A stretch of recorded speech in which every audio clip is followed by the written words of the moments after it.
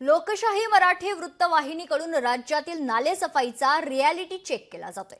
यात आशिया खंडातील सगळ्यात मोठी झोपडपट्टी असलेल्या धारावीची देखील खरं तर परिसरातील नालेसफाईची पाहणी करण्यात आली आहे। धारावीतील नाल्यात अद्यापही अनेक ठिकाणी गाळ आणि प्लास्टिकच्या पिशव्यांचा ढिगारा पाहायला मिळतो।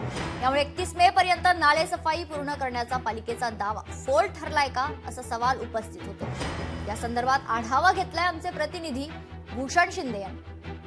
सध्या आपण आहोत मुंबईतील अत्यंत दाटीवाटीचा परिसर म्हणजे धारावी परिसरामध्ये, जिथे पाहू शकता सध्या नालेसफाईचं रियालिटी चेक आपण करत आहोत। हा जो नाला आहे अगदी धारावीच्या मध्यभागातून हा वाहणारा मोठा नाला आहे आणि संपूर्ण जर परिसर पाहिला धारावीचा तर हा दाटीवाटीचा परिसर आहे। अगदी लहान लहान घरं इथं हजारोंच्या संख्येने इथं घरं आहेत, हजारोच्या संख्येने इथं नागरिक राहतात। अशा प्रकारे ह्या संपूर्ण परिसरातून जाणारा हा नाला जो आहे तो अद्यापही इथं आपल्याला संपूर्ण सफाई झालेला पाहायला मिळत नाहीये। अगदी त्या ठिकाणी आपल्याला मोठ्या प्रमाणात गाळ तिकडे पाहायला मिळतोय।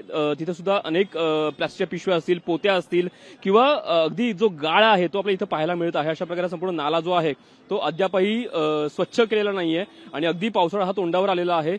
पालिका प्रशासनाकडनं एकंदर 31 मे पर्यंत नालेसफाई पूर्ण होईल अशा प्रकारे दावा केला होता। मात्र हा दावा काहीसा आपल्याला फोल ठरलेला पाहायला मिळत आहे आणि एकंदर हा जो संपूर्ण परिसर आहे तो धारावीचा परिसर आहे, एकदम दाटीवाटीचा परिसर आहे। या संपूर्ण परिसरात जर पाणी तुंबलं तर मोठी समस्या इथं उद्भवू शकते। अशा प्रकारे संपूर्ण परिसर आहे, त्यामुळे संपूर्ण नाल्याची सफाई कधीपर्यंत होणार अशा प्रकारे देखील अनेक नागरिक इथं प्रश्न विचारत आहेत। या संपूर्ण रियालिटी चेकमुळे कुठेतरी 31 मे पर्यंत हा नाला स्वच्छ होईल का अशा प्रकारे सध्या नागरिक सवाल विचारत आहेत। कॅमेरा विनीत पेंडेकरसह भूषण शिंदे, लोकशाही मराठी, मुंबई।